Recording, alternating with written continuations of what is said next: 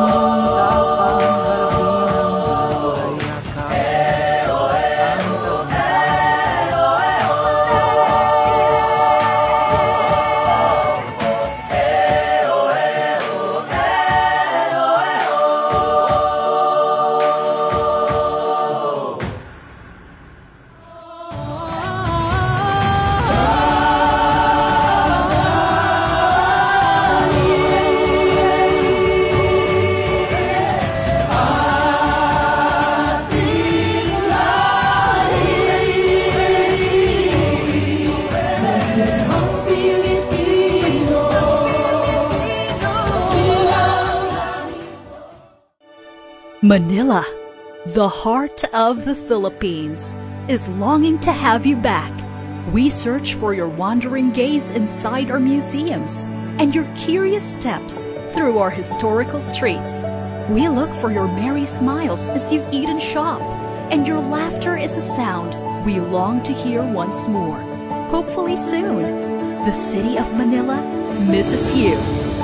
As the world awakens from the slumber brought about by the COVID-19 pandemic, we eagerly prepare for your return, launching projects that highlight safety, cleanliness, and most of all, the beauty that the city inherently exudes. Our dream is to welcome you to a Manila that has spent much time in heightening its existing tourist experience, to give our visitors a visual access to the rich art and cultural heritage of the city. Street clearing has been actively pursued. A pedestrian-friendly city awaits as wider sidewalks and green spaces are being built alongside enlivened parks and greenways. Tourism events are continuously launched with the kickoff of the Restaurant Week, which aims to give emphasis to the gastronomical adventure when one visits Manila, as it boasts of a diverse palette brought about by the various cultures residing in the city. From the authentic Chinese food in Binondo to the street food of Ugbo and Endaya, and just recently, within Bonifacio Shrine, beside the newly installed Berlin Wall, is the newly launched Cafe Tolyo, a coffee haven. All these are being achieved while the city adheres to the health and safety protocols that have been set by the World Health Organization. Face masks and face shields must be worn at all times, while protective health habits such as proper hand washing, the use of sanitizing alcohol, and social distancing are strictly followed. Manila is a beautiful home enveloped with the warmth of its people, teeming with palpable pride, unforgettable hospitality, and resilience through any form of adversity. This strength, witnessed by its long and colorful history, pushed us to rise with courage, faith, and hope. Even in the midst of a challenging economic period, Manila is ready. See you soon!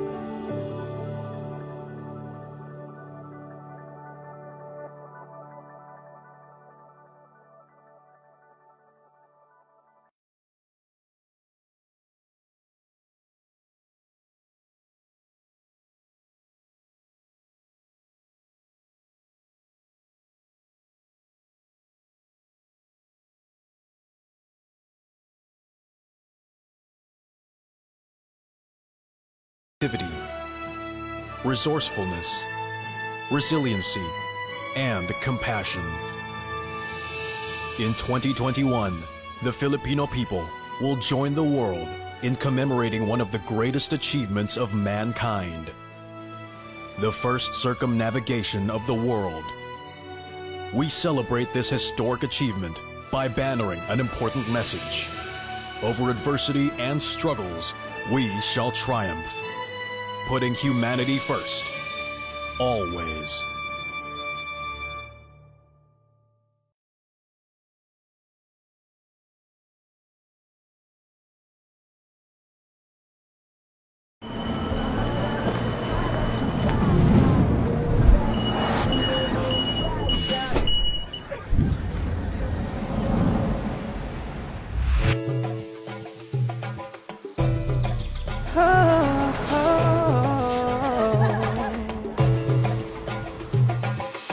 At bisitahin natin ang Manila, tamang kapanatagan at pagmamahalan. Ito ay bahagi ng aming tanging yaman, sa lugar na sagana sa kultura at kasaysayan. Tuloy po kayo magalak sa aming hinanda, sa pagdating sa lubungin ng ganda ng Manila. Pagmasdan ang lungsod, may malasakit at bato sa pagpulad. O Manila, ningning at sentro ng Pilipinas, sigaw sa mundo, taglay nitong kagandahan. Welcome po kayo sa Manila. Here we go! Unite together, bringing hope to a country we call it Manila. Matayog ang pangarap, ako at ikaw, parang magagarang salin na natatanaw. Bawat misyon at mithiin, bahagi ng kasaysayan ng bagmo sa Pilipinas. Hayag na sa ibang bayan, tuklasin ang kasaysayan, sadyang nakakahalina sa lugar na makulay. Welcome po sa Manila. Tuloy po kayo magalak sa aming hinanda, sa pagdating sa lubungin ang ganda ng Manila. Oh Manila, may malasakit at patungo sa pagbulan. oh Manila, tingin at sentro ng Pilipinas, sigaw sa mundo, taglay nito ang kagandahan. Manila, may malasakit at patungo sa pagbulan. Manila, tingin at sentro ng Pilipinas, sigaw sa mundo, taglay nito ang kagandahan. Welcome po kayo sa Manila. Welcome to Manila.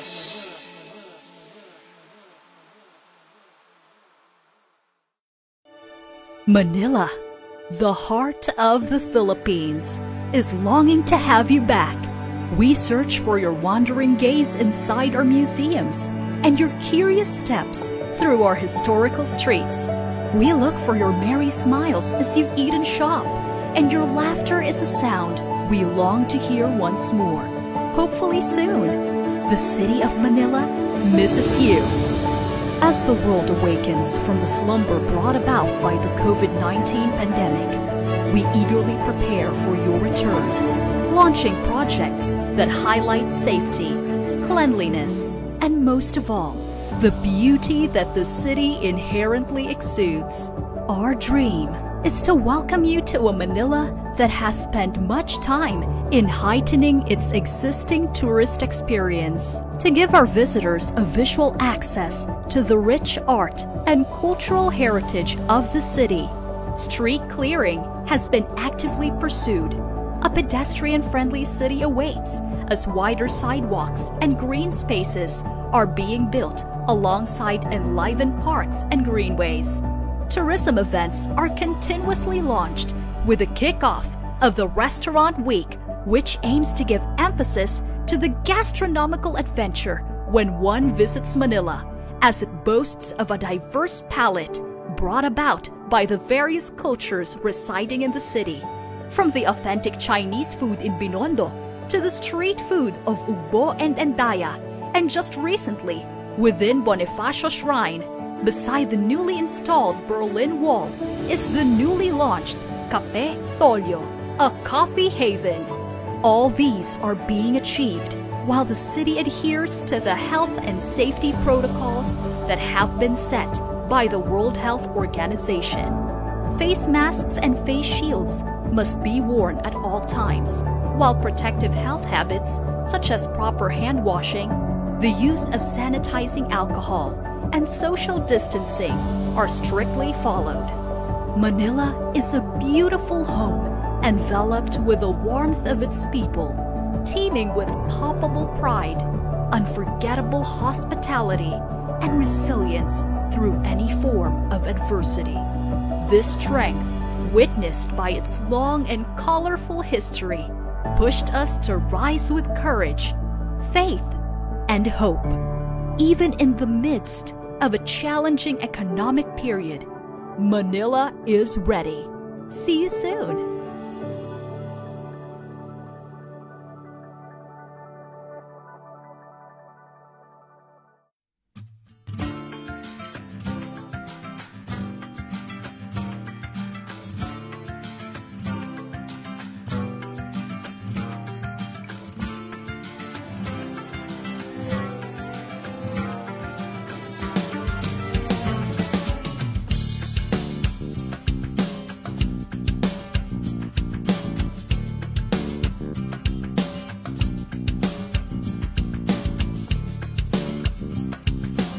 Sorry?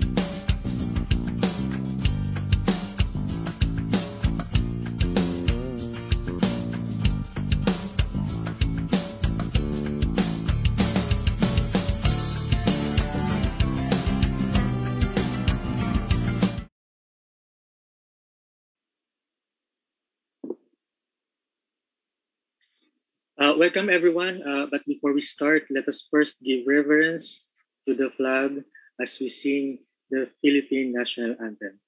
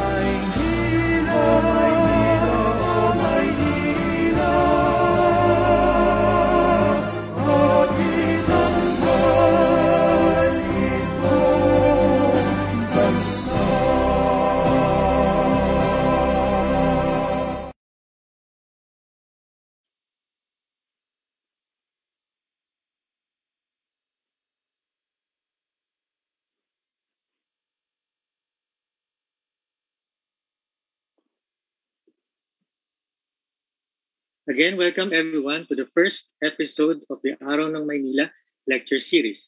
For this maiden episode, our topic is about the first resistance against the Spanish invasion in 1571 in commemoration of the 450th anniversary of the martyrdom of Bangkusay. This webinar is proudly brought to you by the City of Manila, by the National Quincentennial Commission, by the National Historical Commission of the Philippines, and the Intramuros Administration. And of course, this is your host, Rancho Arcilla. Now, just to set some house rules, so comments and questions are encouraged. Do keep them coming. For our Facebook viewers, you may use the comment section below. And for purposes of transparency, this webinar is recorded. We are pleased and honored as well to have with us pre-recorded messages from the Honorable Mayor of Manila, as well as the Governor of Bulacan. So before we proceed, let us first listen to their warm words of welcome. Ngayong ikatatlo ng Hunyo ay naganap ang makasaysayang kagitingan sa Bangkusay, kung saan ang mga mandirigma mula sa Macabebe, Pampanga at Hagonoy, Bulacan ay magiting na nakipaglaban sa mga mananakop na Espanyol upang depensahan ang lupa ng ating mga ninuno. Ang labanang ito na naganap sa bahaging Look ng Maynila sa Tondo ay yumanig sa mga Espanyol sapagkat kung nagwagi ang ating mga ninuno sa kanila, baka hindi natuloy ang pananakop sa atin ng mga dayo. Kasing halaga rin ito ng labanan sa Mactan. Paggunita ng ika-450 anibersaryo ng kagitingan sa Bangkusay ay alalahanin po natin ang ating mga ninunong lumaban at nagbuhis ng kanilang buhay upang maipagtanggol ang ating bansa mula sa mga mananakop. Bilang punong lungsod ng Maynila, ay nais kong ibigay ang aking pagkilala at pagpupugay sa mga kapatid natin mula sa Pampanga, Bulacan, nakasama natin sa makasaysayang labanan na ito. Ito po ay tamang patunay na kaya natin magkaisa tungo sa iisang adhikain at ang iyon ay ang proteksyonan ang ating bayan, ang ating bansa laban sa mga mananakop. Binabati ko po ang National Quincentennial Committee at Pambansang Komisyon Pangkasaysayan ng Pilipinas sa inyong pampublikong lektura online para sa importanteng araw na ito. Nawa ay ating pong maalala at huwag kakalimutan ang ating pinagmulan sa ating paggunita ng kagitingan sa Bangkusay. Mabuhay mga batang Maynila, mabuhay Bulakenyo, mabuhay mga kapampangan kong kapwa Pilipino. Mabuhay ang bawat Pilipino sa 7,100 mahigit na isla ng bansang ating minamahal, ang Pilipinas nating mahal. Maraming salamat po. Manila, God first.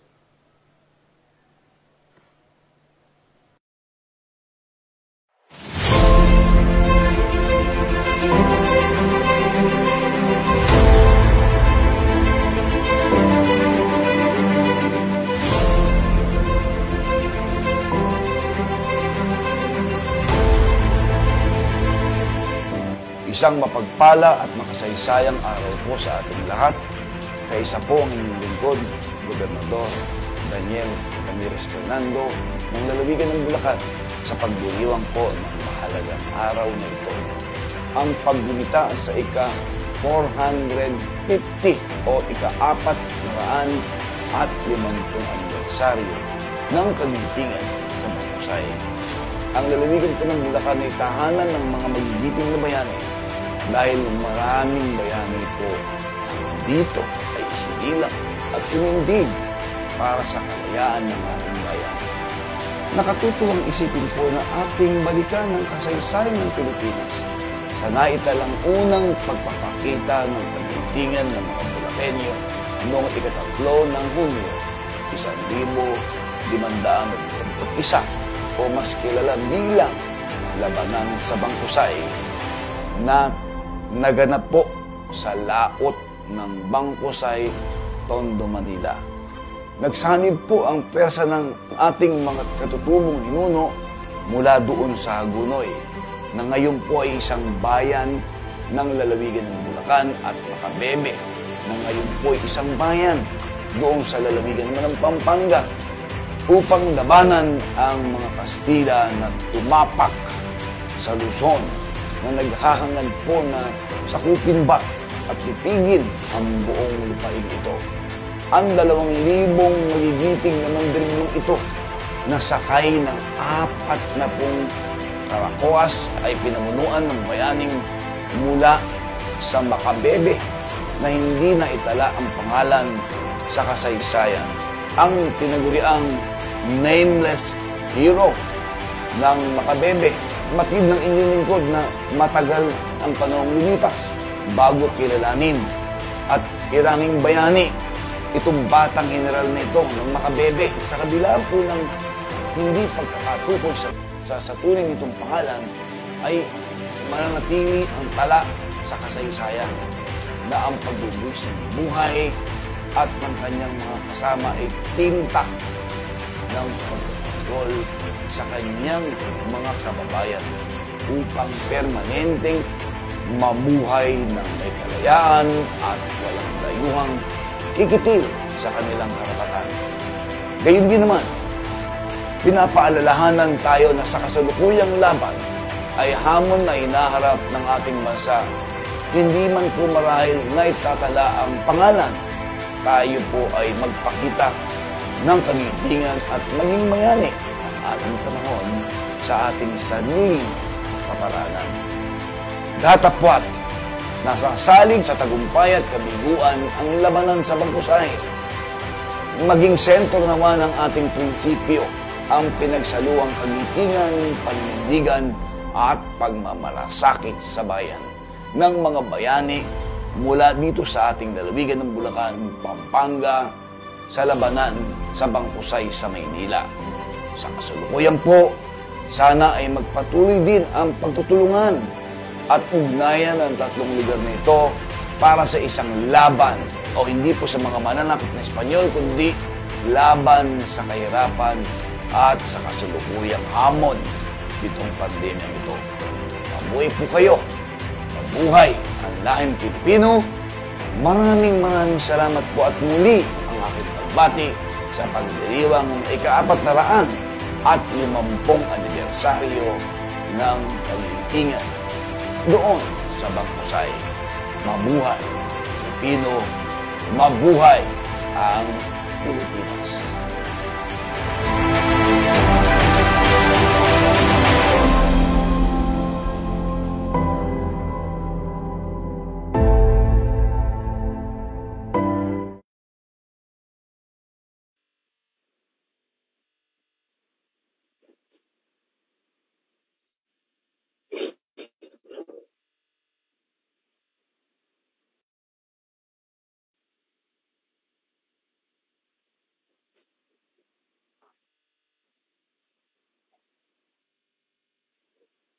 Again, thank you to the Honorable Mayor of Manila and the Honorable Governor of Bulacan for their warm and inspirational words of welcome.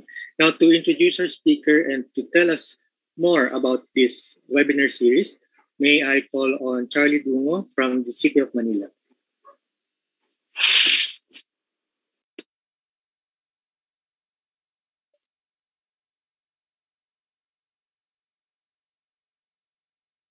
Part connected by history.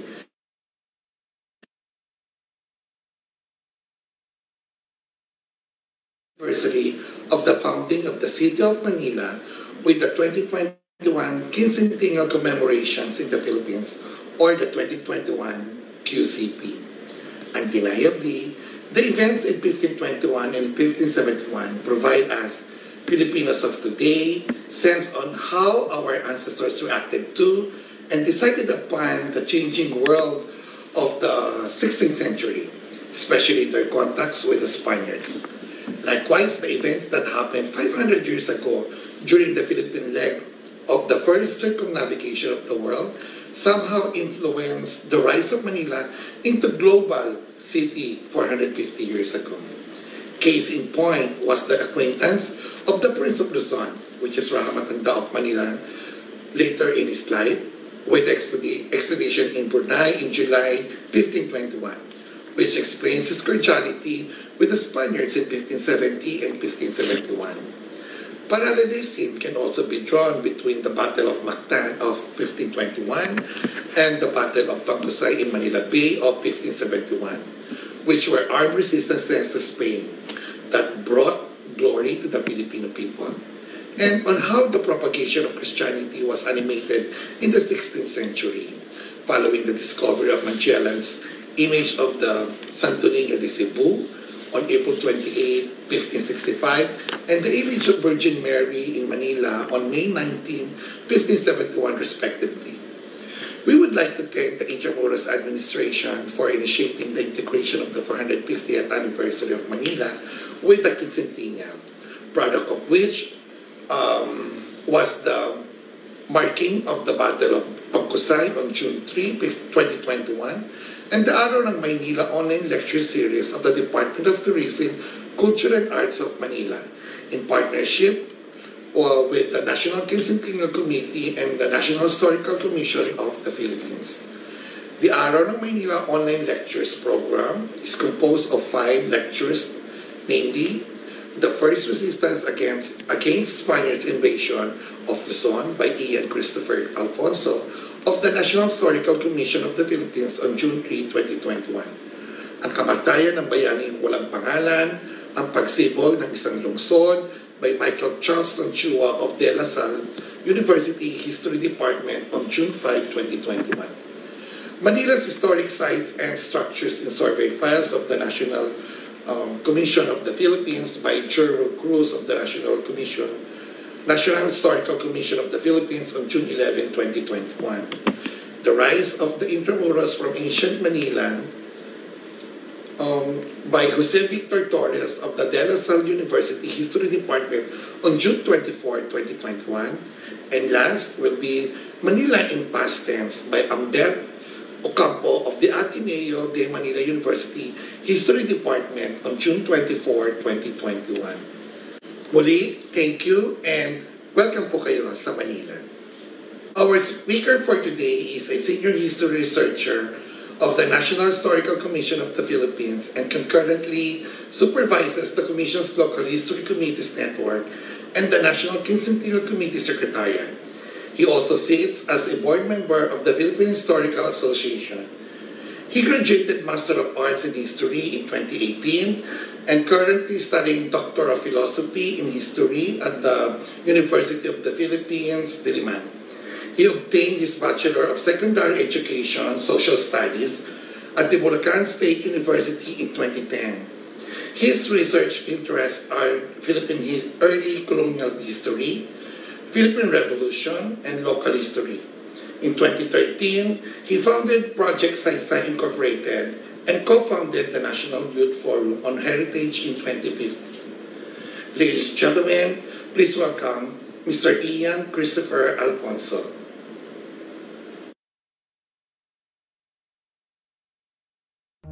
50 years after the victory of Lapu-Lapu in the Battle of Mactan, another momentous battle between our ancestors and the Spaniards occurred in a place called Bangkusay Estuary in Manila Bay on June 3, 1571. 2,000 Muslim warriors aboard 40 colossal warships called Caracoa sailed to Bangkusay from Macabebe and Hagonoy. These were ancient communities north of Manila Bay, presently part of the provinces of Pampanga and Bulacan, which controlled the mouth of the great Pampanga River.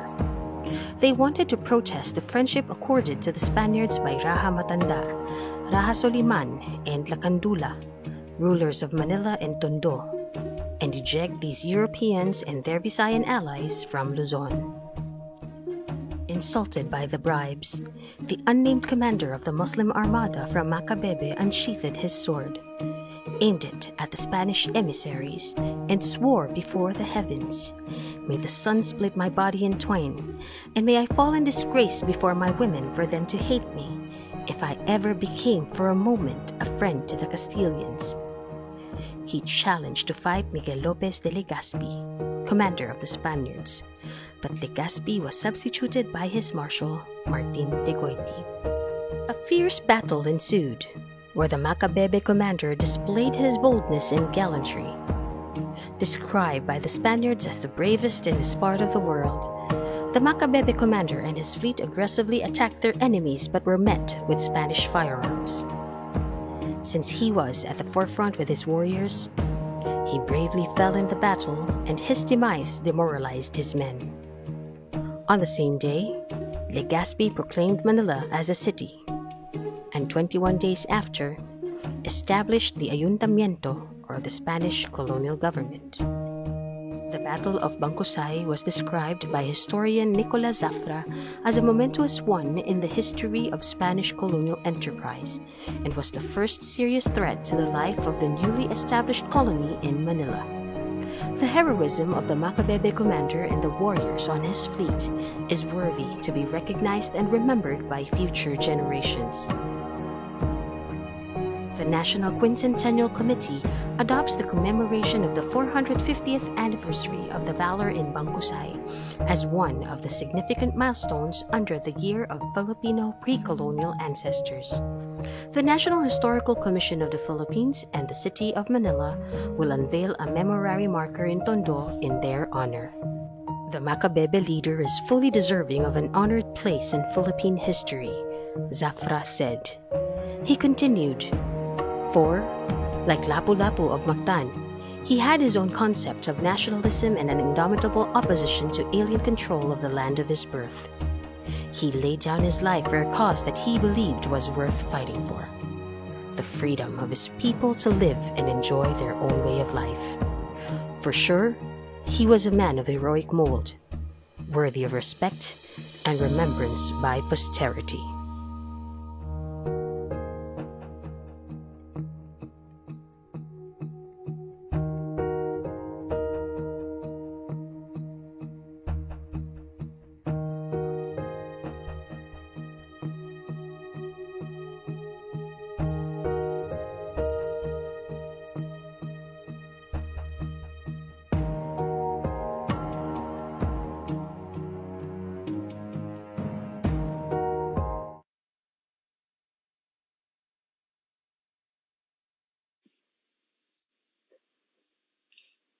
Okay, without further ado, I'd like to call on our guest speaker for today, Ian Alfonso. Ian, ready when you are. Thank you very much, Rancho. Hindi pa nagkapakilala si Rancho. So si Rancho po ay Arcilla, kasama natin sa Intramuros Administration. Salamat sa pag-moderate. And with us also in the webinar now, inside the webinar, Sir Charlie Dungo, the Tourism Officer of the City of Manila. And also to my colleague in the Quincentennial Committee Secretariat, Alec Heredila. And so, as Mr. Rancho said, I am the maiden lecturer for this new program in commemoration of the 450th anniversary of the founding of the City of Manila, and also in observance of the Year of the Filipino Pre-Colonial Ancestors under through Proclamation 1128 series of 2021, which is under the auspices of the National Quincentennial Committee. So again, I'm Ian Alfonso from the National Historical Commission of the Philippines, and I am tasked to deliver a lecture about the first recorded resistance against the Spanish invasion of Luzon in 1571 or 450 years ago. So let me speak in Filipino para po mas marami tayong marating. Ang ating pong pinaka-sentro ng ating lektura ay patungkol sa paghahanap dito sa leader ng ating mga ninuno na lumaban sa mga Espanyol at tinutukoy natin na unang resistance against the Spaniards. So, kung sino siya, ano ba itong event na sinalihan niya, bakit siya mahalaga, at ano ngayon ang saysay nito, ba't natin siya kailangang pag-usapan. So sa tatlong bagay lang na ito, iikot ang ating talakayan ngayong hapon. And yung ating bida sa lekturang ito ay walang iba kundi ang pinuno ng labanan sa Bangkusay noong 1571. So, and bakit mahalaga itong pangyayaring ito? Dahil ito ay isa sa mga turning points sa kasaysayan ng Pilipinas. Dahil after nitong labanan na to, tuloy-tuloy nang nagsimula ang pananakop ng mga Espanyol sa Luzon. 1571, ito ang reckoning date, ito ang simula ng pananakop ng mga Espanyol sa Luzon. Kaiba ito sa Visayas na nagsimula noong 1565. So, kahit na ang ating pagbibigay ng taon sa simula ng pananakop ng mga Espanyol sa Pilipinas ay 1565, dapat lang natin malaman na mangyayari pa lamang ang pananakop sa Luzon 1571 after this momentous event in Bangkusay on June 3, 1571, on this day, 450 years ago. And bakit ano ba ang magiging purpose itong lecture? Dahil merong something dito sa event na ito na dapat nating ayusin. Medyo nalilito tayo. Sino ba yung namatay? Sino ba yung leader leader ng ating mga ninuno doon sa labanan sa Bangkusay? At kailangan natin itong itama, para hindi na magpatuloy pa ang misconceptions. At sa paanong paraan natin siya maitatama, babalikan natin ngayon ang mga pinanggalingang impormasyon ng ating kaalaman tungkol sa labanan na ito. Ang nakikita niyo po sa inyong screen ay ang monumento sa Makabebe ng leader ng ating mga ninuno doon sa labanan sa Bangkusay 450 years ago.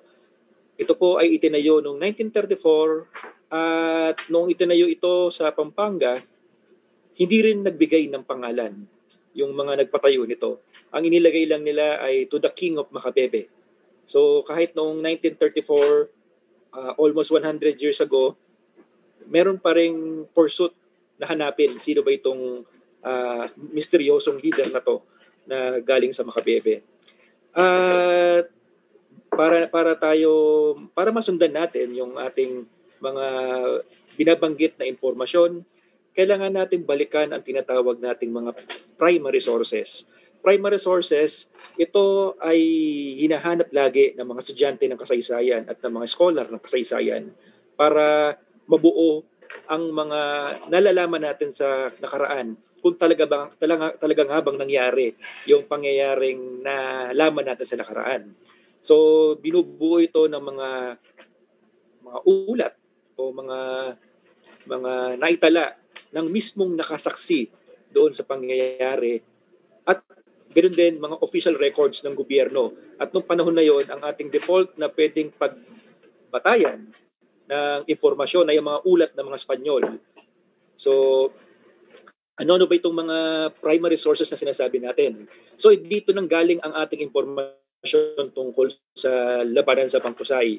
Unang-una rito, ang ulat mismo ni Governor General Miguel Lopez de Legazpi, ang tagapagtatag ng siyudad ng Maynila under the Spanish rule noong 1571. At ang report na ito ay masasabi nating credible dahil siya mismo yung hinamon sa labanan na yon, So at nakapag-ulat siya the year after, ito ay ilang buwan na lamang yata, at I think August Rancho, August namatay si Legazpi noong 1572, kung di ako nagkakamali. August. Pero yun nga, masasabi natin, pakicorrect na lang ako kung anong buwan namatay si Legazpi. Pero ito ay sinulat niya August 21, 1572. So may kita ito sa Archivo General de Indias. Ito ay isang archives. Ito ay lagakan ng mga dokumento tungkol sa mga kolonya ng Espanya sa Seville, Spain. At dito, binanggit niya for the first time ang pangalan ng Makabebe. Patunay na matanda na itong pangalan na to. At dahil wala siyang idea, ano ba ang mga komunidad, ano ba yung mga pamayanan, dahil bagong dating pa lang sila sa Luzon, inakala niya na yung Makabebe ay isang probinsya. At yung leader ng mga mandirigmang galing doon ay kinilala niya bilang general. Although hindi natin sure kung talagang general siya sa definition natin ng general ngayon, sa hukbong sandatahan. Pero itong pagbibigay niya ng reverence dito sa leader na to ay patunay na napakataas ng posisyon ng namuno dito sa ating mga ninuno doon sa labanan sa Bangkusay. So from time to time, kikilala natin siya bilang general. And then binanggit din ni Legazpi dito sa ulat niyang ito na mga Muslim ang mga nakalaban nila. Patunay na ang Islam ay nakarating sa Luzon noong mga panahon na dumating sila Legazpi rito noong 1571. So, and then kung ilan yung bilang ng mga mandirigma galing sa Pampanga, sa Macabebe, 2,000, yung laki ng kanilang armada, ng kanilang sandatahan, hukbo. Binubuo sila ng 40 karakowa. Karakowa, ito yung mga barkong pandigma ng mga taga Southeast Asia noong panahon na to. At 2,000 tapos 40. So, lumalabas, kayang maglulan ng hanggang 200 katao ang barko na to, ang bangka na to. And then binanggit din ni Legazpi na merong mga sandata ang ating mga ninuno. Particularly binanggit niya na may mga kanyon na pala ang mga ninuno natin noong 1571. And then binanggit niya rin dito na sila Kandula, na kakampi niya nung una, ay iniulat niya sa Mexico na medyo kaduda-duda yung galaw nila Kandula. Sila Kandula yung pinuno ng Tondo sa panahon na to. And then binanggit din dito ni Legazpi na 3 araw nang nasa Tondo ang mga mandirigma galing sa Macabebe. 3 araw na silang binabantaan. At binanggit din ni Legazpi na ubod ng yayabang. At binanggit din niya na parang kinukutya ng mga taga Macabebe, Pampanga, yung mga taga Maynila dahil sa kanilang pakikipagkaibigan sa mga dayong ito. And then meron pang isang dokumento na pwede natin isa pang primary source na pwede natin konsultahin para sa impormasyon natin tungkol sa labanan sa Bangkusay, isang ulat na hindi nailista yung pangalan kung sino gumawa nito, pero ito rin ay nasa Archivo General de Indias sa Espanya. 1572 rin ang kanyang petsa. Binanggit niya rito yung actual na petsa ng labanan, June 3, 1571. At ang gamit na kalendaryo po noon sa panahon na to, hindi yung kalendaryo na gamit natin ngayon.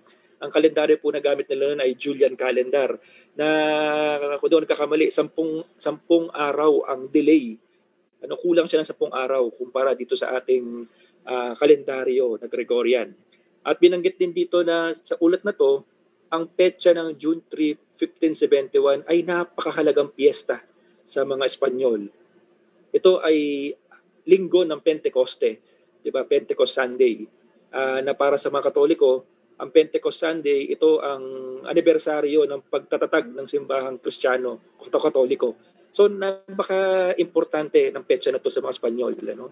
Kaya nila itinala na yung labanan na yon naitapat pa sa napakahalagang pagdiriwang ng mga Katoliko at Kristiyano. So, kumpara dito kay Legazpi, hindi binanggit yung date. So, dito may nagbanggit ng date. Meron pa isa pang uling dokumento galing din sa AGI, sa Archivo General de Indias, 1572 rin. Mapapansin ninyo, puro 1572 ang mga ulat dahil makakabalik lang uli ang mga barko galing Mexico halos 1 taon na. So ganun ang buhay noon natin, kapiling ang Mexico.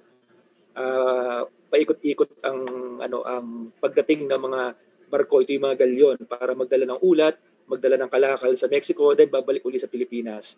So ito naman ay service record ng namuno sa panig ng mga Espanyol si Martin de Goiti. At iniulat ni Martin de Goiti na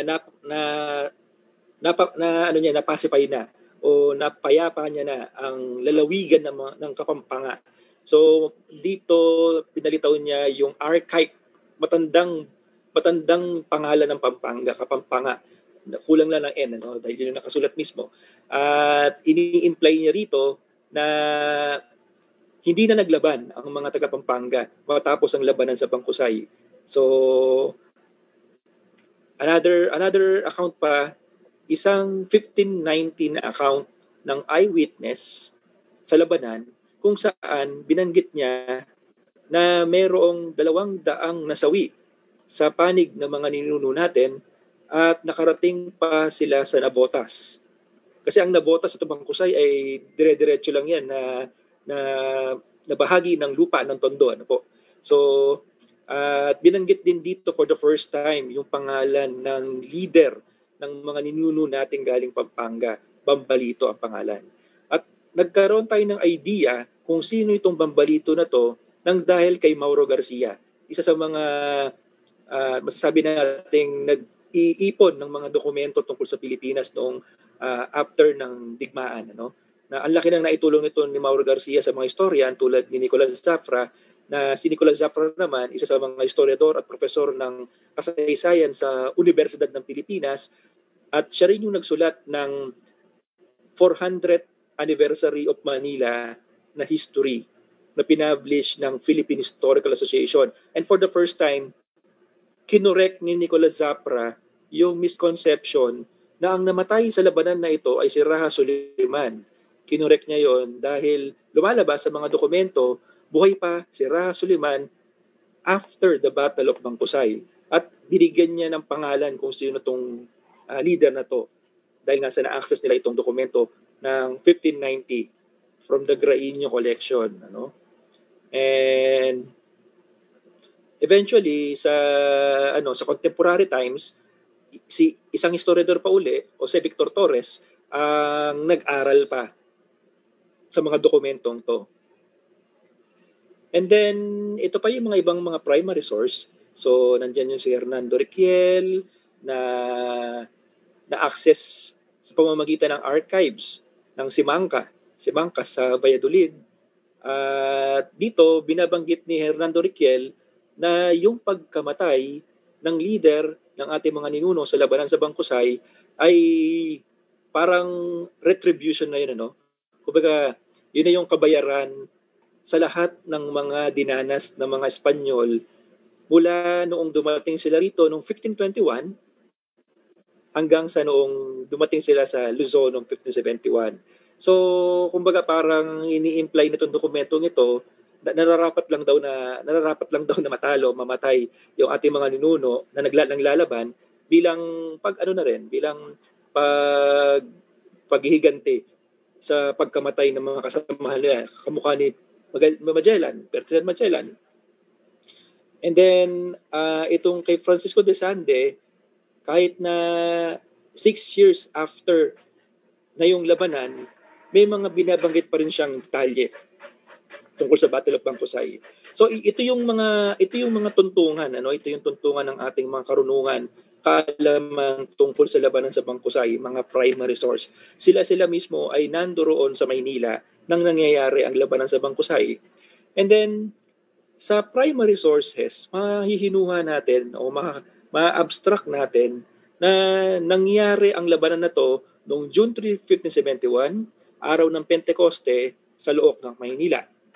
At binanggit din dito kung paano lumaban ang ating mga ninuno. Gamit ang mga sasakyang pandigma na tinatawag na karakowa, gamit din yung mga kanyon na tinatawag na lantaka.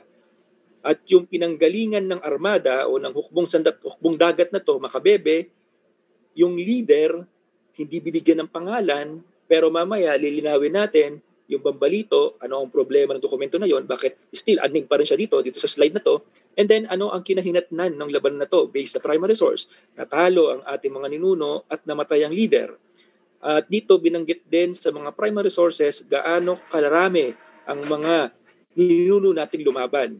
2,000 sila yung mga mananampalataya ng Islam, at ang mga Espanyol ay bumibilang lamang ng 80, 80 lamang yung mga Espanyol. Pero kahit na 80, daan-daan din naman yung mga kasamahan nila na Bisaya, na kakampi, na eventually after mangyari yung labanan sa Bangkusay, nagkaroon ng tinatawag na great slaughter, talagang minasakir ng mga Bisaya yung mga ninuno natin doon sa labanan sa Bangkusay after. At tandaan natin na sa panahon na to, bakit mayroong iringan ang mga Bisaya at ang mga Taga-Luzon? Dahil according to the chronicler Gaspar de San Agustin sa kanyang Conquistas de las Islas Filipinas, bago pa dumating ang mga Espanyol, may hidwaan na ang dalawang grupo na to ng ating mga ninuno, At kung ano man yung dahilan bakit galit na galit ang mga Bisaya sa mga Tagalog Kapampangan, vice versa, hindi natin alam. Pero may teorya dyan si Dr. Vicente Villan ng UP Diliman History Department. Ang teorya niya, kaya galit ang mga taga-Luzon sa mga Bisaya, particularly mga Tagalog Kapampangan, gawa ng laging biktima ng pangangayaw o raiding ang Luzon ng mga Bisaya, no? Ang tawag nila doon ay pangangayaw. So yun yung teorya ni Dr. Vicente Villan. At yung pagsama ng mga Bisaya sa mga Espanyol kila Legazpi papuntang Luzon ay itinuturing din ni Dr. Vicente Villan na parang anyo ng pangangayaw o pagre-raid. Kasi after the Battle of Bangkusay, sinikwester ng mga Bisaya ang mga karakowa, ang mga kanyon, ang mga gamit, at may mga inalipin din sila mga Kapampangan, mga taga-Makabebe. So, para lang magkaroon ng konteksto kung ano yung mga pinag-uusapan natin lugar, ito yung mapa ng Look ng Maynila at makikita ninyo na nasa kabilang panig lang ng Maynila at ng Bangkusay Tondo ang mga pamayanan ng Makabebe at Hagonoy. Itong Makabebe at Hagonoy po ay magkapitbahay na bayan ng Bulacan at Pampanga.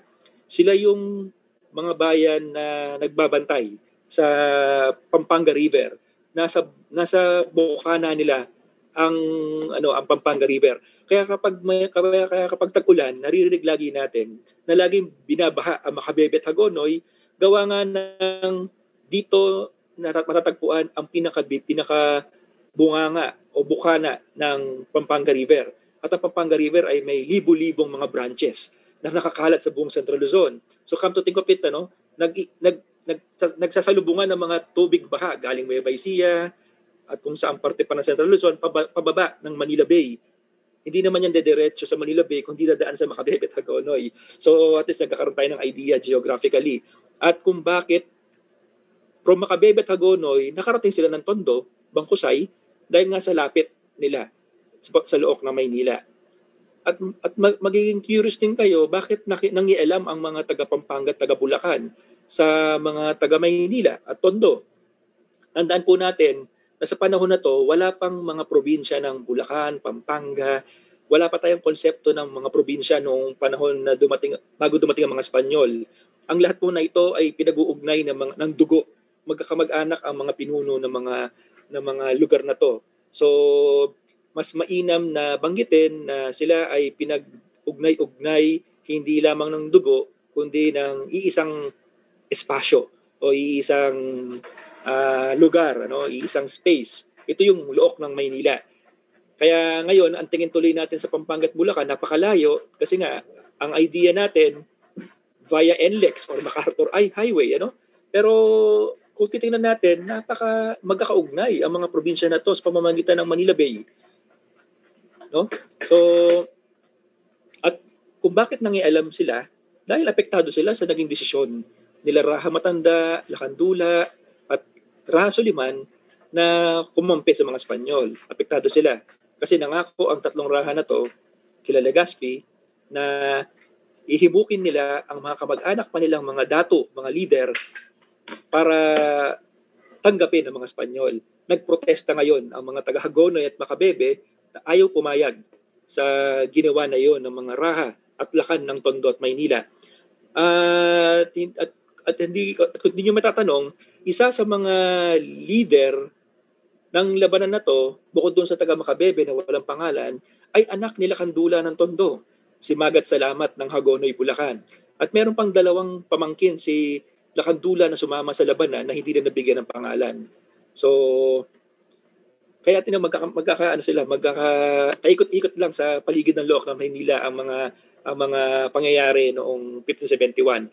Ito po yung Karakowa nasa gitna. Itong nasa gitna sa inyong screen, Karakowa, hugis siya, dragon na barko. At ito yung makikita po ninyo, may lantaka. Ito yung kanyon. Kung paano nagkasya yung 2,000 mandirigma galing Makabebe at Hagonoy. Ayan po, may mga nakasampa na sa deck, may nandoon sa loob, at merong mga nakaupo sa katig. So ganyan maniobra ang mga barkong ito noon. Laking bangka na meron ng ating mga ninuno. Mukha siyang going merry ng One Piece. So ito pa yung isa sa mga version ng Caracoa. Itong pinapakita ko sa inyong illustration ay hindi din drawing ng mga Espanyol. Din drawing ito ng mga Olandes o ng mga Dutch. Dinrawing nila ito dahil ito rin ang gamit ng mga taga-Indonesia. Nang datnan sila doon ng mga Portuguese at mga Olandes. So ito ay galing sa isang illustration noong 1599 sa Molucas. Kung ano ang itsura ng mga sasakyang pandigma ng mga taga-Molucas. Tingnan nyo.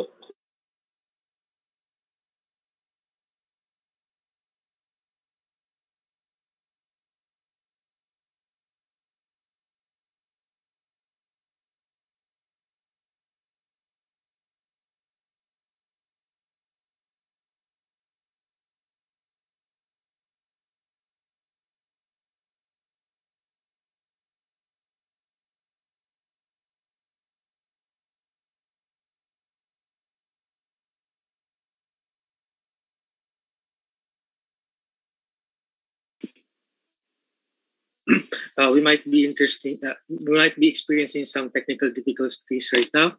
We'll just wait for Ian to come back in a moment.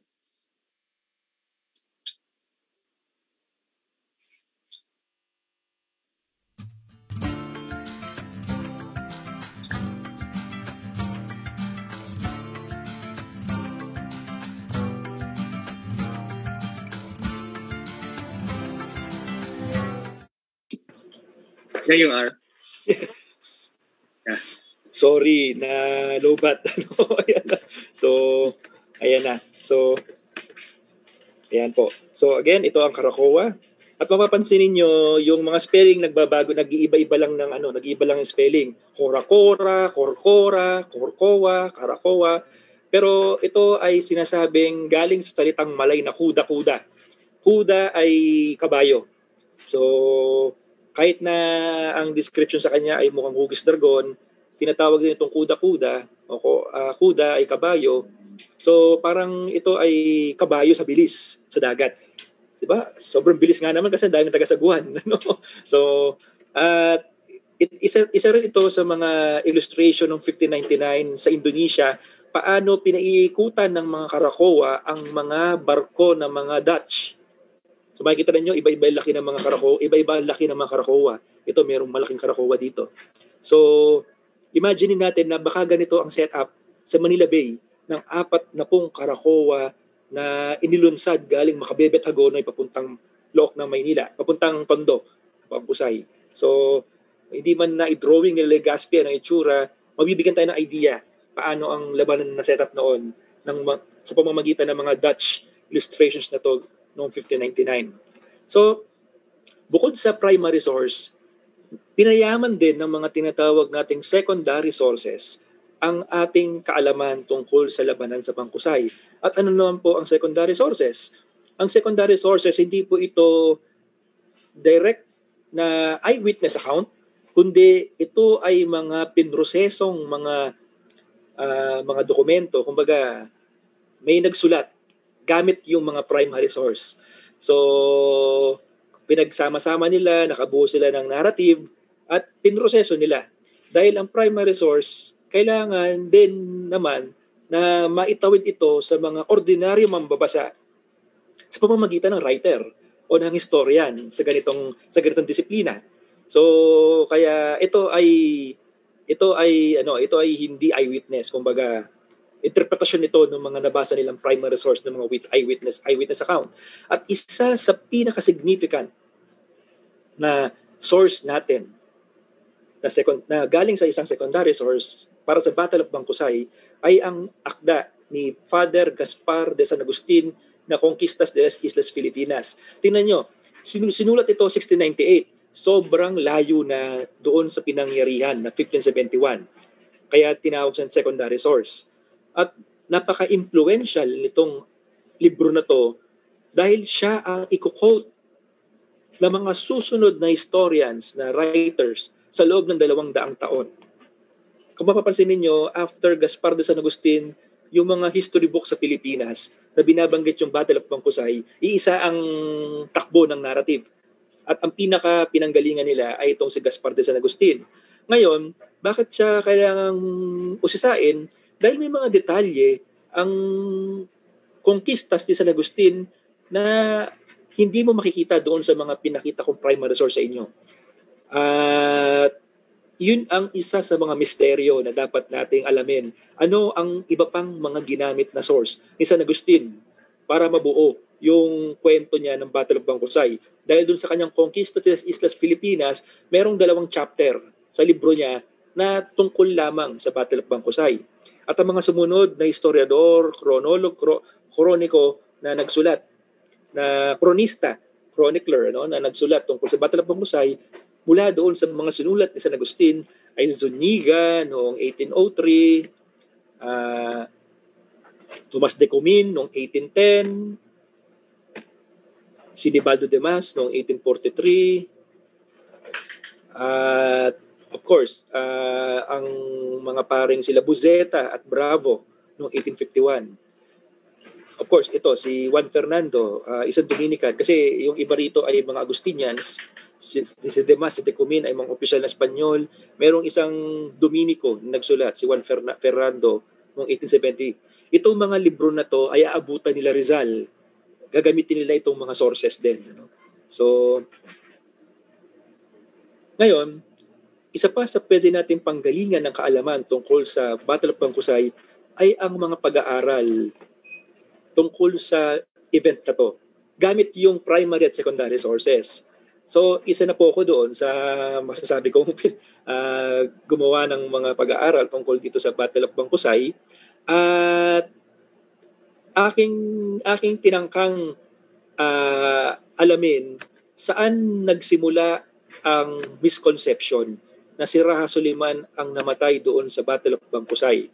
At ang pinaka-earliest, pinaka-maaga na natuntun ko na pinanggalingan ng masasabi nating error ay galing mismo sa isang Pilipino, si Isabelo de los Reyes, sa kanyang aklat na Artículos Varios. So binanggit niya rito, siya lang ang nagbanggit. Yung mga Espanyol hindi binabanggit ito na na sumama sa labanan si Soliman at si Lacandula. Pero ang source ni de los Reyes ay si San Agustin din, si Buzeta at Bravo at si Ferrando. Pero kung kukonsultahin niyo yung 3 sources na to, wala naman sila sinasabi na si Lacandula at si Soliman ay sumama sa labanan. Actually, baliktad, hindi sumama si Soliman at Lacandula. So, hindi ko sure paanong nangyaring na mali si De Los Reyes sa interpretasyon niya doon sa mga secondary sources. So, and then pagdating naman sa kung sino yung earliest na nagbanggit na namatay si Raha Soliman sa labanan sa Bangkusay ay isang Amerikano naman, si David Burrows. I think isa sa mga pinakaunang secretary ng Department of Education. At kumuha siya ng textbook na A History of the Philippines in 1905. At doon binanggit niya na namatay nga sa labanan si Raha Soliman. At doon i-quote na siya ng iba pang mga textbook writers, di ba? So at isa sa mga nag-cite sa kanya ay isa rin uling Pilipino, si Leandro Fernandez, na historian from UP History Department, na binanggit niya rin na talagang namatay si Soliman defending his country. Yun pa yung claim niya. And then at kakalat pa uli yung misconception sa iba pang mga writers, si H. Oatley Beyer mismo, sa historians na si Eufronio Alip, at at even Zaide, may mga libro siya na kino-quote na sinasabi na ang namatay si Soliman sa labanan sa Bangkusay. Pero consistent ang mga sources na to sa pagbanggit sa pinanggalingan ng mga mandirigma, Makabebe at Hagonoy. And then naapektuhan din ng sunod-sunod na mga pagpapaulit-ulit ng error ang local history ng Bulacan, Pampanga at Maynila. So nandyan yung mga historians ng Pampanga like sila Ricardo Galang, Mariano Henson, si Francisco Calalang ng Bulacan. And then even yung Amerikanong even ang eminent historian ng Pampanga na Amerikan si John Larkin ay ganun din, napagkamali niya rin. Si Suliman ay leader ng mga Makabebe. And then pati itong kilalang mural na to na ang pamagat ay Kasaysayan ng Maynila. Kasaysayan ng Maynila noong 1968 na ipininta ni Carlos Botong Francisco. Ini-imagine niya na si Raha Suliman ay isang martir, isang namatay sa labanan. So, ito makikita niyo sa National Museum of the Philippines, sa Fine Arts, naka-display sa Marble Hall. Dati itong naka-display sa sangguniang panglungsod ng Maynila, sa City Hall. So, and then noong 1946, nang mag-gain natin ng ating ganap na independence from America noong July 4, 1946, naglabas ng isang magazine to commemorate the birth of the Philippine Republic noong 1946. At nakakatuwa na instead na ang ipinta o i-drawing na i-depict ni Botong Francisco sa magazine na to na Diwang Tayo Manggi in celebration of the birth of the Philippine Republic noong 1946, hindi niya din drawing sila Rizal, Bonifacio, mga World War II heroes. Ang din drawing ni Botong Francisco ay ang martir ng Bangkusay. Yun nga lang, dahil nga ang namamayaning narrative noon, si Raha Suliman ang namatay, sa kanya na-acknowledge si Raha Suliman.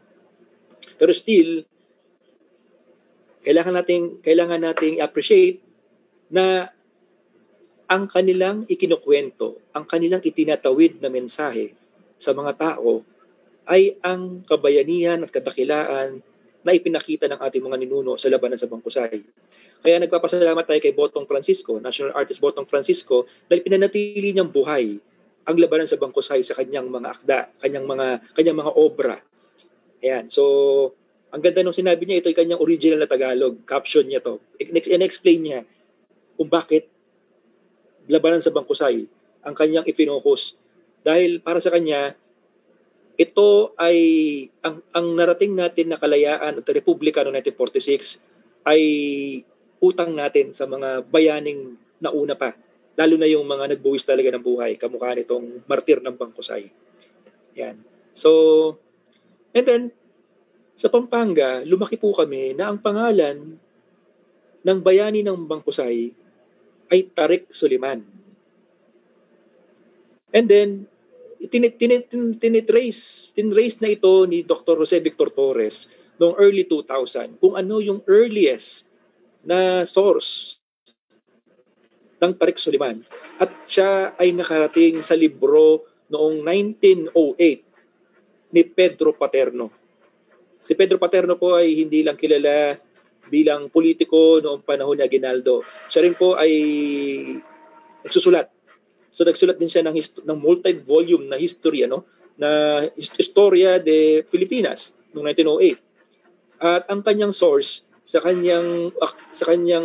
yugto, chapter niya sa libro patungkol sa Battle of Bangkusay ay si San Agustin, Gaspar de San Agustin, Conquista sa Filipinas. Pero binanggit niya yung word na Tarik Suliman na wala naman doon sa libro ni Gaspar de San Agustin. At binanggit niya rin dito na namatay sa labanan si Raha Suliman. So, nakadagdag uli yan sa sapin-sapin na problema sa pag-identify natin sino ba yung namatay sa Bangkusay. So, and then, pagdating ng 1971, ito ay ang 400th anniversary ng founding of Manila. Kinorek na ni Nicolas Zapra 50 years ago ang history ng Maynila. At sinabi niya na ang Makabebe leader na to ay kaiba doon sa kay Raha Suliman.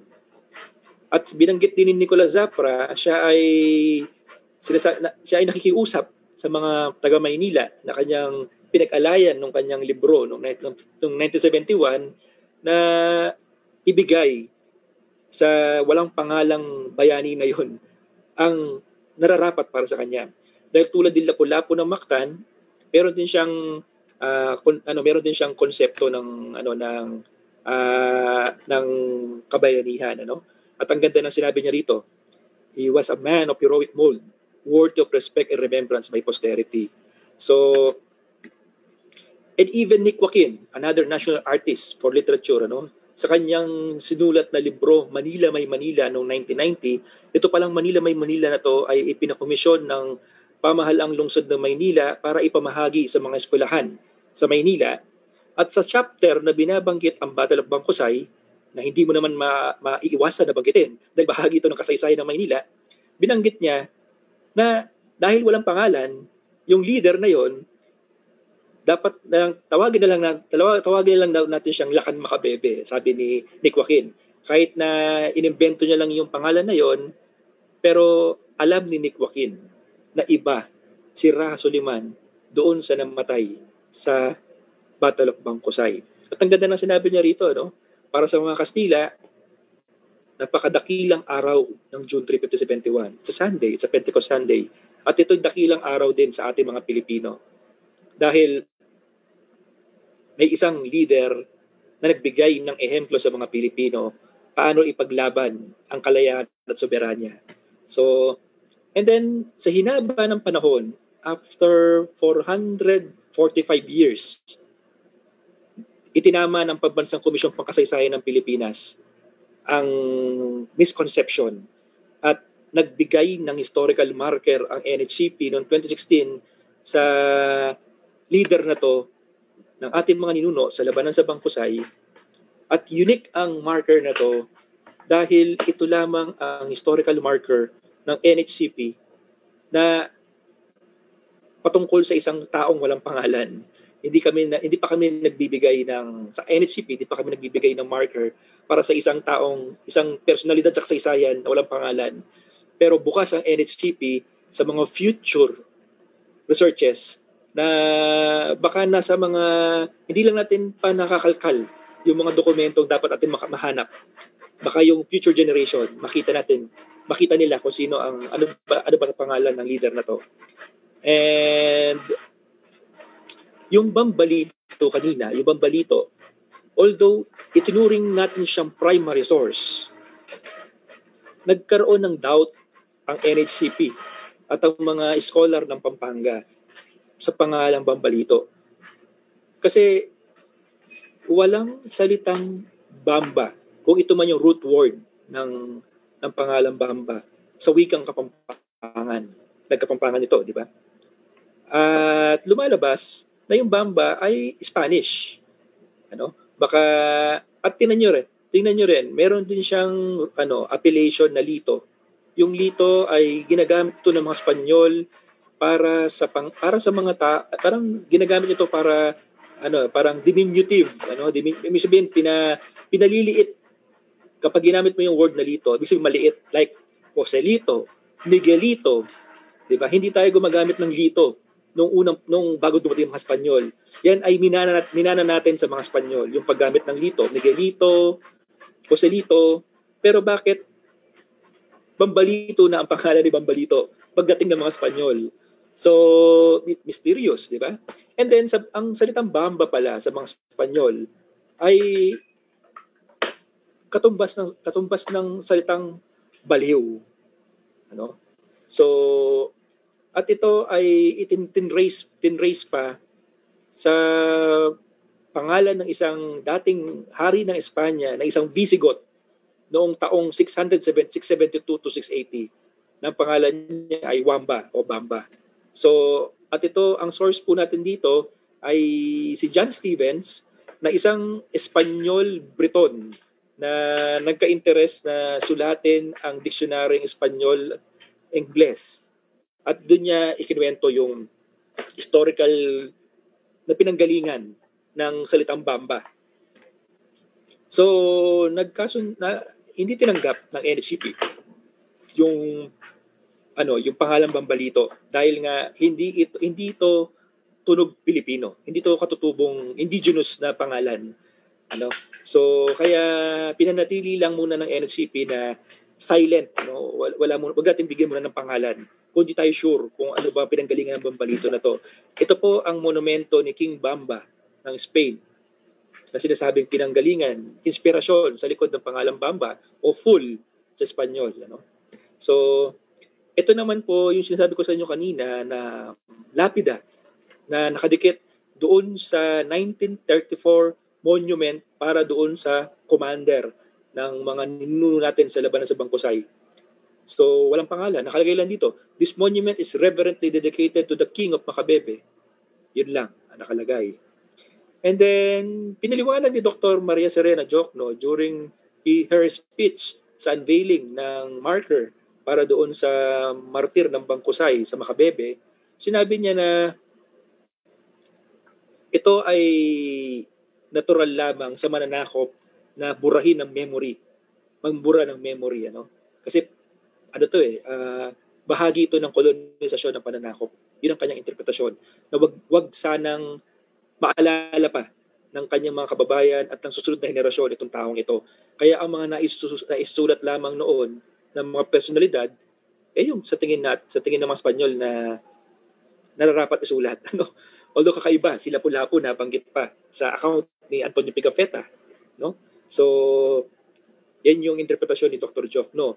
Pero, dahil paulit-ulit na kinukwento ng mga Espanyol throughout the 300 years of their existence in the Philippines, nagka-idea ngayon ng mga Pilipino, kamukha nila Eusebio dos Reyes, sila Rizal, ano ba itong labanan sa Bangkusay na to?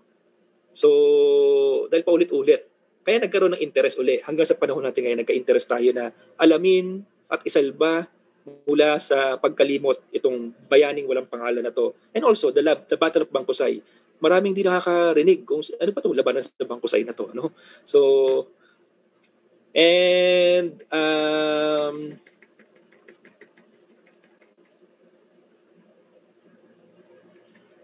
to end this presentation, gusto ko lang i-share sa inyo itong isa pang misconception na makikita natin doon sa mga primary sources. Ano?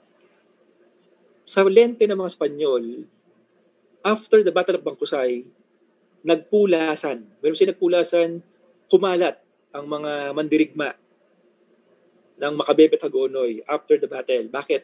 Kasi nung nakita daw nilang bumulagta, wala nang buhay yung leader, nagtakbuhan ang mga nung una ay ubod ng yayabang ng mga tao. No? So, inakala ng mga Espanyol at nagkaroon sila ng stereotyping sa mga ninuno natin na puro lang daw yabang ang ating mga ninuno sa labanan. Dahil nga sa nangyari na yun sa Battle of Bangkusay. Ngayon, bilang Pilipinong magbabasa ng mga primary source na to, sabihin na natin na okay, natakot ang mga ninuno natin after that battle. Ano? Kasi nga, nangyari yun sa leader namin, baka pwede mangyari din sa amin. Kasi wala kasing mga baril ang mga ninuno natin. Kumpara sa mga Espanyol na puro baril, kahit 80 lang sila, puro naman sila baril. Natalo ang mga ninuno natin. Kaya naging simbolo ng pananakop ang arkebus. Yun yung tawag sa mga baril noon. Pero pwede natin i-interpret itong pagtakbo ng ating mga ninuno sa labanan hindi bilang kaduwagan, ano? Kundi sa konsepto ng tinatawag nating magnet. Patubalani, magnet, ano? Parang nung nawala yung leader nila, isipin natin, imagine natin na yung leader ay parang magnet. Tanggalin mo yung magnet, ang mga magnetite magdi-disperse. So,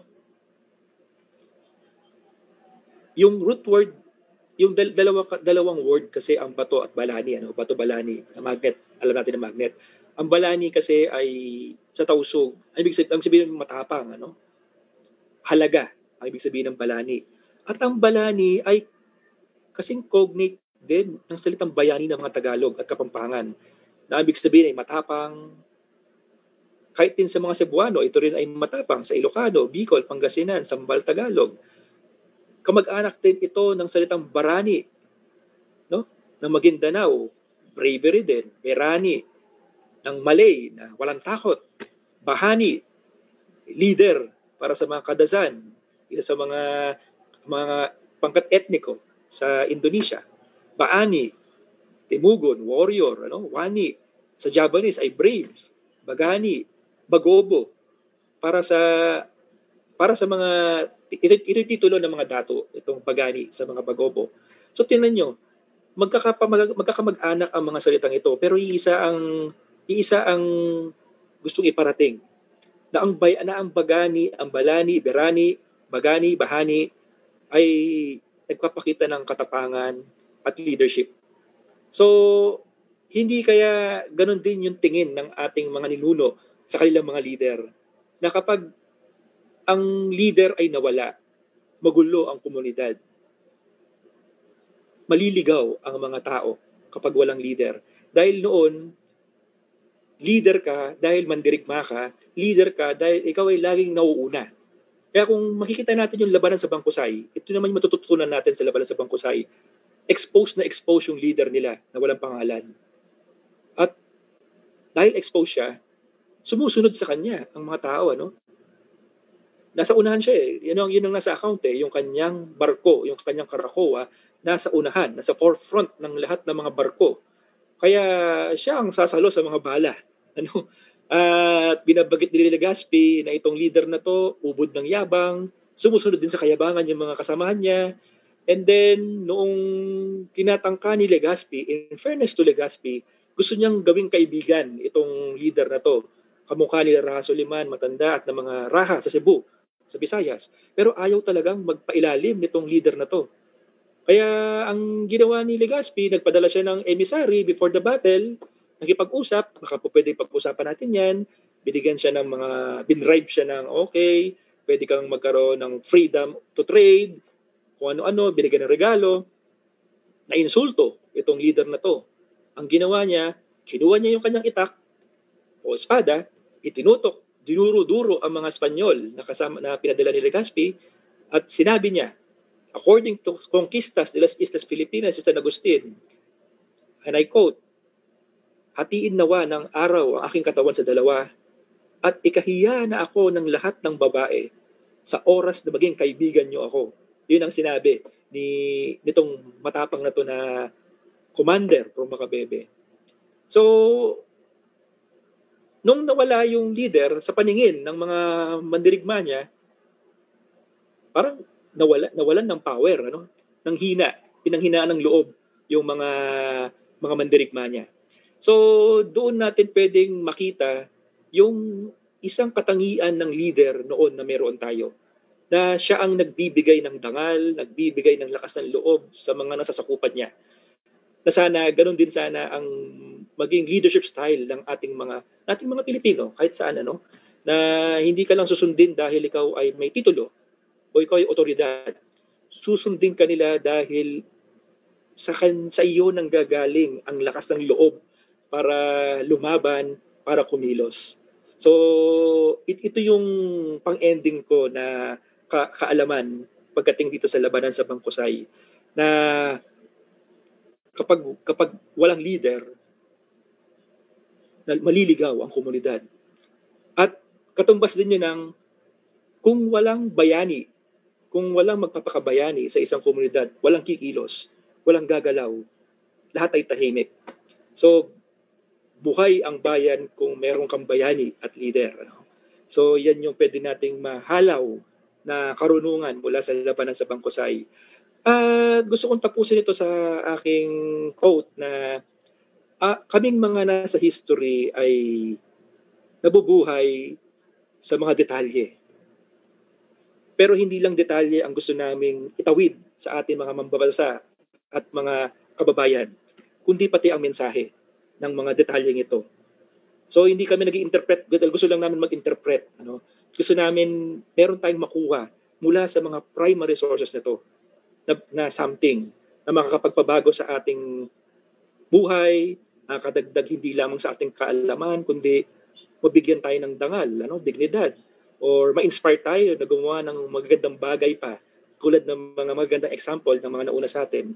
At sana, Ganon din natin tingnan bilang Pilipino ang ating tungkulin sa bayan na na aralin at huwag huminto sa pag-intindi sa nakaraan na meron ng ating bansa. Maraming salamat po. Maraming salamat, Ian, sa isang napaka-interesante at napaka-timely na lecture ngayong araw na ito, June 3, 2021. At ngayon din, actually, yung anniversary ng labanan, no? June 3, 1571 as well. Now, gusto ko lang i-clarify yung petsa na yun. Kasi kanina, nabanggit mo na ito ay Julian calendar, yung June 3 before. Pero na yun, commemorate natin siya na Gregorian calendar. Hindi ba dapat na ina-adjust din natin to 10 days? Or another alternative with regard to commemoration is that napakahalaga ng Pentecost sa labanan na ito. Kumbaga, link yung Sunday Pentecost dito sa digmaan na ito. Hindi ba another alternative would be celebrating or commemorating the battle as well together with the Pentecost? Then, yes. So these are just alternatives. So yes. Just to solicit, what are your thoughts on this? Yes, thank you. Thank you for provoking na question, Rancho. May consensus kasi, meron kasing invisible. Kumbaga ito ay tinatawag natin conventions among Filipino historians na wag nang galawin kung ano yung nasulat. Importante, guided ng ating mga teacher, ng ating mga historians, ang mga kababayan natin, na merong yugto sa kasaysayan na ganito ang petsa na meron ng Pilipinas. Una dyan, Julian calendar. 1521, Julian calendar yan, technically. So, pagdating ng 1582, kung di ako nagkakamali, doon i-implement ang Gregorian calendar. Pero hindi pa yung makakarating sa Pilipinas ng ilang taon. So, di natin alam, kailan natin kung mag-a-adjust tayo, lahat i-a-adjust natin. Ang araw ng Maynila pala, hindi June 24, July. Ano? Ang Battle of Mactan ay hindi April 27, May pala. Di ba? So, mag-a-adjustan lahat. Ano? Yung discovery ng Santo Niño, mag-a-adjustan. So, ang dami mag-a-adjust. So, para hindi na tayo, actually, yan ang idea ni Zaide. Ano? Pinopropose ni Zaide yan. Pero ang hirap mag-adjust. Lahat ng historical markers, babaklasin natin. Ano? So, ang hirap. Lahat ng textbooks, aayusin natin. So, kaya ang ginagawa natin, ginaguide natin ang mga bata, kahit sa introduction man lang ng Philippine history. Kapag binasa nyo ang Philippine history, tingnan natin yan sa panahon na nabuhay tayo sa mundo na meron noon. Parang hayaan lang natin na ito yung mundo nila noon, ito yung sistema na meron noon. And then pagdating ng 1800s, 'di ba, 19th century, magbabago tayo ng isang araw pa. 'Di ba? Mag-a-adjust tayo na magka+1 pa tayo kasi nga late lagi tayo ng isang araw sa lahat ng mga kasama nating bansa sa Asia. Dahil ang oras natin nakabatay sa Madrid.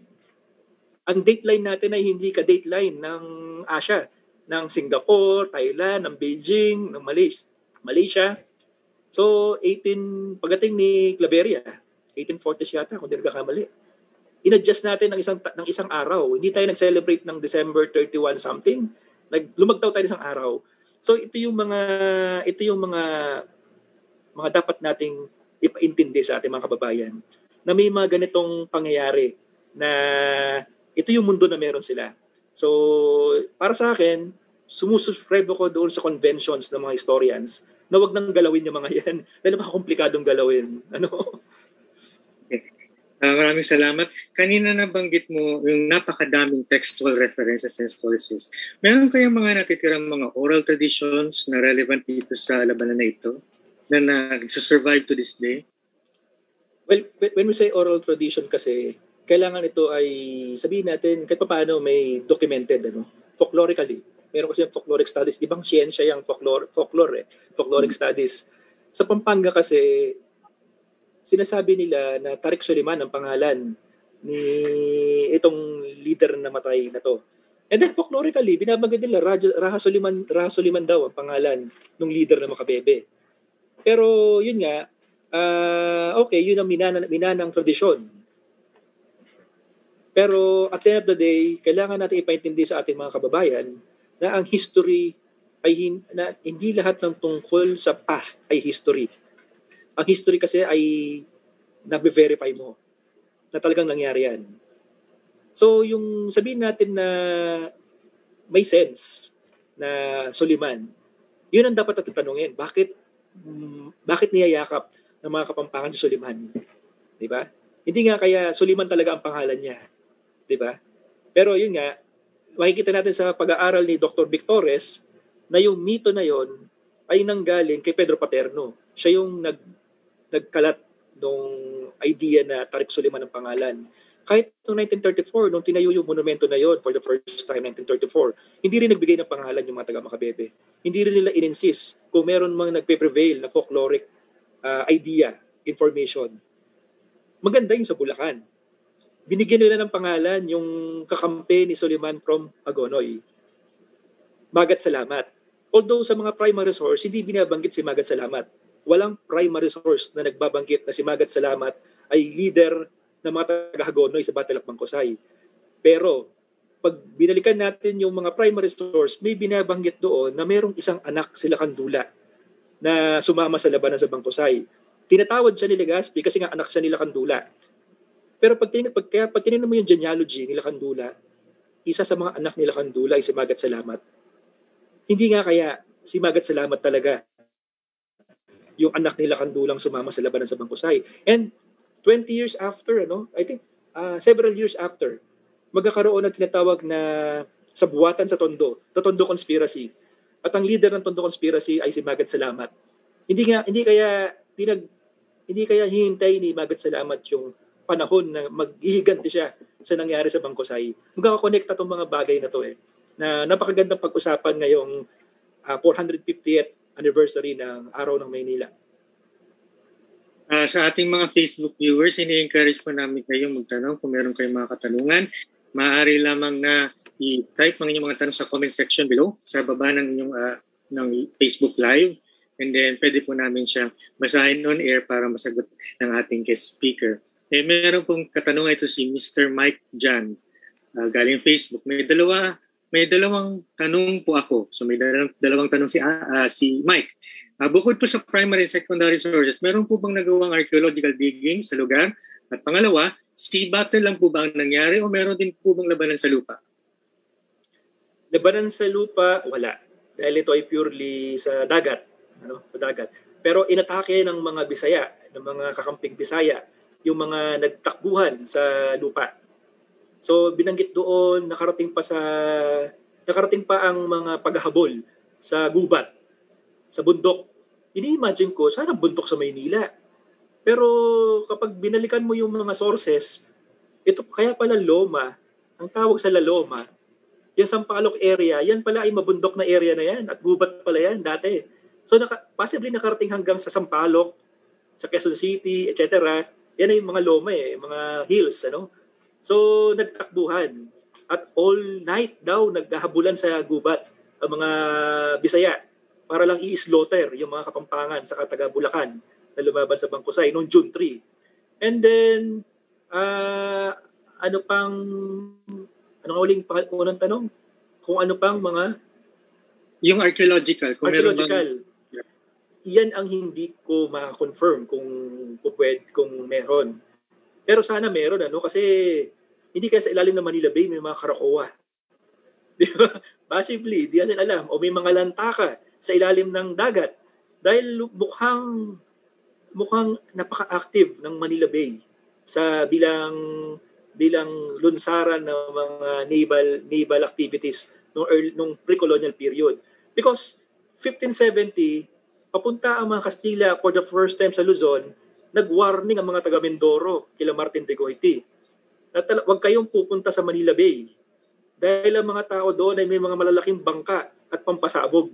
So ibig sabihin, kilala yung lugar na pinanggagalingan ng mga mandirigma at masasakyang pandigma.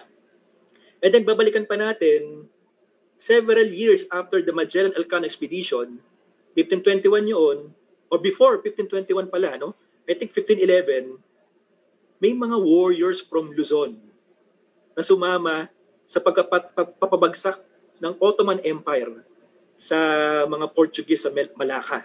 Binabanggit ang mga Luzon warriors. Luzoes ang tawag ng mga Portuguese sa kanila. So ito yung mga pwedeng area of study ng archaeology. underwater. Or pwedeng kalkalin nila yung ilog ng Pampanga. Baka may makita something doon, ano? Ngayon kasi silted na ang Pampanga since Mount Pinatubo eruption. Akala natin ang lahar ay nahinto lang sa interior part ng Pampanga. Naiipon papuntang Manila Bay yung buhangin. Kaya nasa gitna ka na ng laot ng Macabebe via Manila Bay hanggang dibdib pa rin ang tubig dahil sobrang silted na. So wag nating hintayin pang lumubog pa ng lumubog sa ilalim ng dagat ang mga bagay na to. Pwede na nating aralin. Magkukay na tayo underwater. Salamat dyan, Ian. Bakit nga ba sa Bangkusay yung labanan? I mean, of all places, dyan talaga. Iyan po ba ay nakaplano na dyan tayo maglalaban or ito ay spontaneous? Na dyan lang sila nagsulputan at biglang naglabanan? Ang una kasi binisita ng mga warriors na to, sila Kandula. So alam nila na si Raha Matanda, Raha Suliman ay kakampi na ng mga Espanyol. Of course, sila Kandula kakampi na rin ng mga Espanyol. Pero sila Kandula yung una nilang binisita dahil siya yung nasa Tondo. So baka malaking factor dito yung anak nila Kandula at yung mga pamangkin niya. Kaya sige, doon tayo kay tatay. Nakipag-negotiate pa si nameless hero na Macabebe kay Kandula na kapag nakapatay kami ng 40, sasama kayo sa labanan. So, and then, in-entertain pa sila sa Tondo at yung Manila Bay area ng Tondo ay Bangkusay. Unfortunately, matatabunan na yung Bangkusay na yan. Wala na yung Bangkusay na yan eh. Yan ay port area na ngayon. Yung Mel Lopez Drive na yan. Yan ang Bangkusay. Yan ang Bangkusay area. So, kaya pag nakita niyo yung mga mapa pagdating ng 19th century, hindi niyo na makikita halos yung Bangkusay sa mapa. And even yung natitirang pangalan ng Bangkusay Street, napalitan na ng pangalan, F. Barona Street. So technically, hindi natin mapinpoint na saan ang Bangkusay talaga. Kaya yung historical marker ng labanan sa Bangkusay na in-unveil kaninang umaga, symbolically, inilagay na lang sa gitna ng plaza ng Tondo, sa Moriones, Plaza Moriones. Maraming salamat din, Ian. Kung meron pa pong mga tanong, pwede pong magtanong. Ngayon, actually may tanong ako, nakalimutan ko lang eh.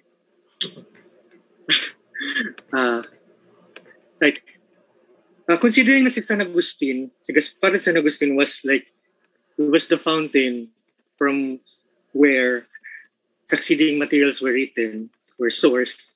Meron kayang mga misconceptions propagated na with regard to Philippine pre-colonial society in general na relevant dito sa battle? Like, how was pre-colonial society described? San Agustin? No, yeah, from how he influenced. Did he demonize the? Okay. Yes. Yeah, like something like that. So, okay. Actually, kilala si San Agustin, isa sa mga pinaka-racist na writer, makikita nyo yung introduction niya pa lang sa Conquistas. Alam mo yan, Rancho. Yung pinpublish ng San Agustin Museum.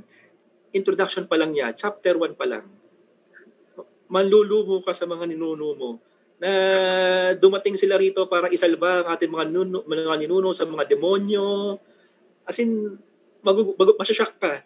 Ba't sinasabi to ni San Agustin?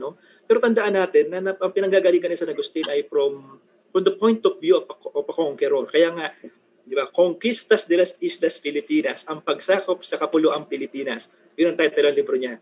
At pinaliliwanag niya ron na mayroong tinatawag na temporal at spiritual conquest. Temporal, ito yung physical, at spiritual, ito yung pagkapakilala sa Kristyanismo. So, yung espiritu at physical, parehong sinakop ng mga Espanyol. Yun yung balangkas, framework ng kanyang work, nung Conquistas. So, very racist. yung si San Agustin, very racist. Pero in a way, let's appreciate San Agustin dahil nag-effort siya na i-compile yung history ng Pilipinas from different sources. At yun lang yung incredible doon Saan pa kaya niya nakuha yung mga sources na yon, including the quote of of the nameless hero from Makabebe, na may the sun split my body in twain, and may all women disgrace me or despise me. If ever for a moment I become your friend. May quotation. Saan niya kaya galing yun? Samantalang sila Legazpi, wala namang binanggit na quotation. So, pwede natin pagdudahan, baka gawa-gawa lang yon, or di natin alam. Sana may time machine to confirm, Meron ditong tanong si Kevin Ibasco.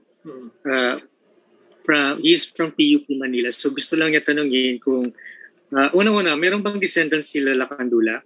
And then, pangalawa, ano kaya yung reaction ng mga descendants nung narinig nila na hindi pala yung ninuno nila yung martir sa Bangkusay?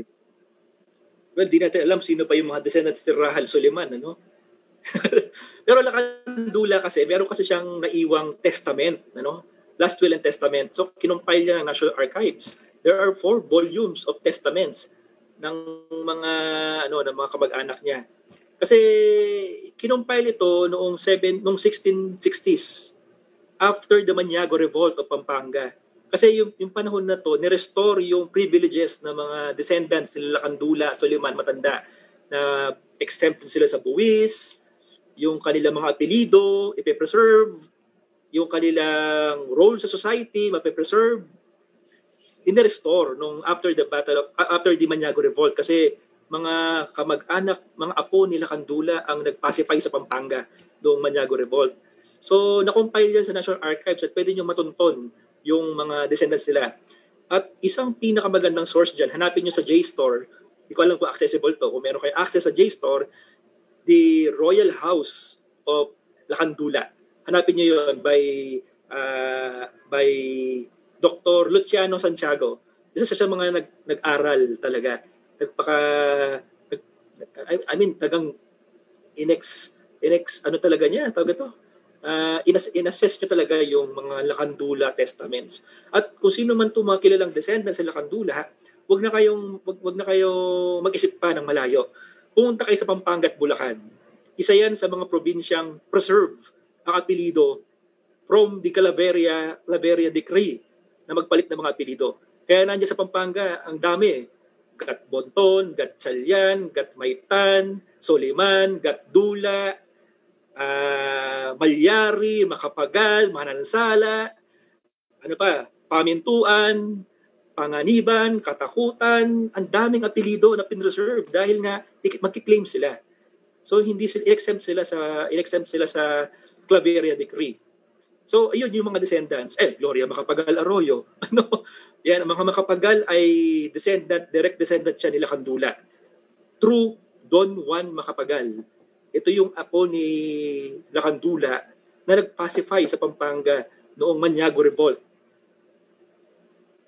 Maraming salamat din, Ian, at maraming salamat sa ating mga nanood sa Facebook. Ngayon, siguro huling katanungan bago tayo matapos sa ating webinar.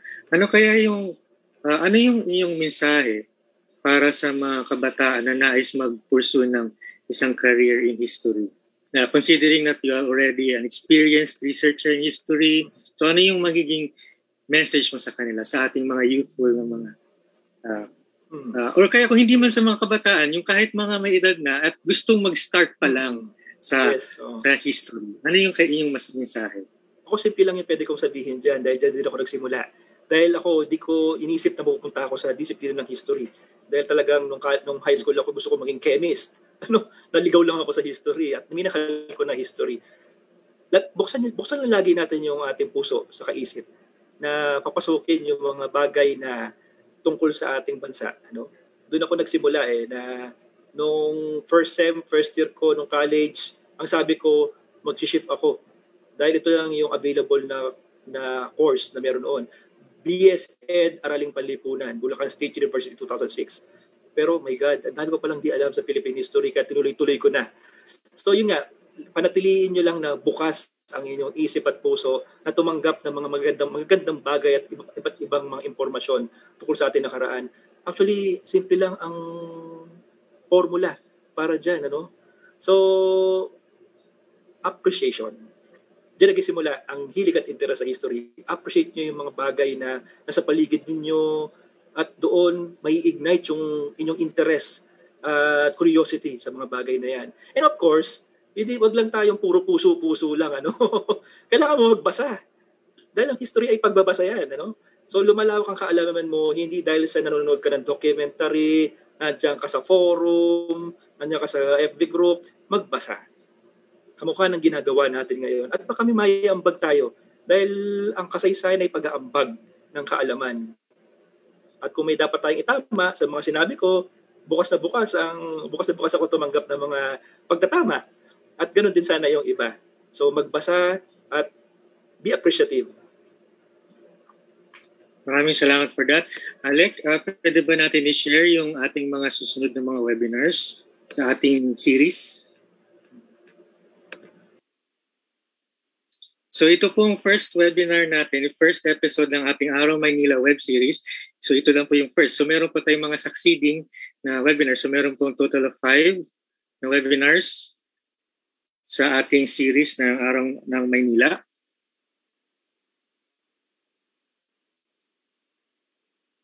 There.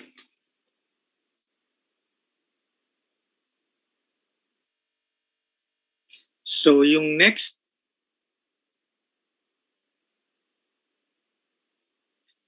na webinar natin, ang mga kasama naman natin ay si Ginoong Xiao Chua at ang kanyang talk ay ang kamatayan ng bayaning walang pangalan, ang pagsibol ng isang lungsod. Ito po ay gaganapin sa June 8 at 1 p.m. At susunod po dito ay ang isang webinar kasama si Jerwil Cruz sa June 11, 2021, Manila's Historic Sites and Structures in the NHCP Survey Files.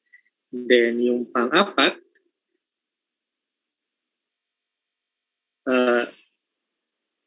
kasama natin si Ambeto Campo sa June 24, 2021, 10 a.m. Ang kanyang talk ay Manila in the Past Tense. Sama. Ayan, this webinar series is brought to you by the City of Manila, by the DTCAM of the City of Manila in partnership with the National Quincentennial Committee and the National Historical Commission of the Philippines, as well as the Intramuros Administration with the support of the Department of Foreign Affairs, the Department of Education, as well as the National Commission for Culture and the Arts. Now, thank you so much for attending lahat po tayo at salamat po sa mga nag-attend and salamat po sa ating guest speaker. And see you sa ating next na episode sa ating series. Maraming salamat po.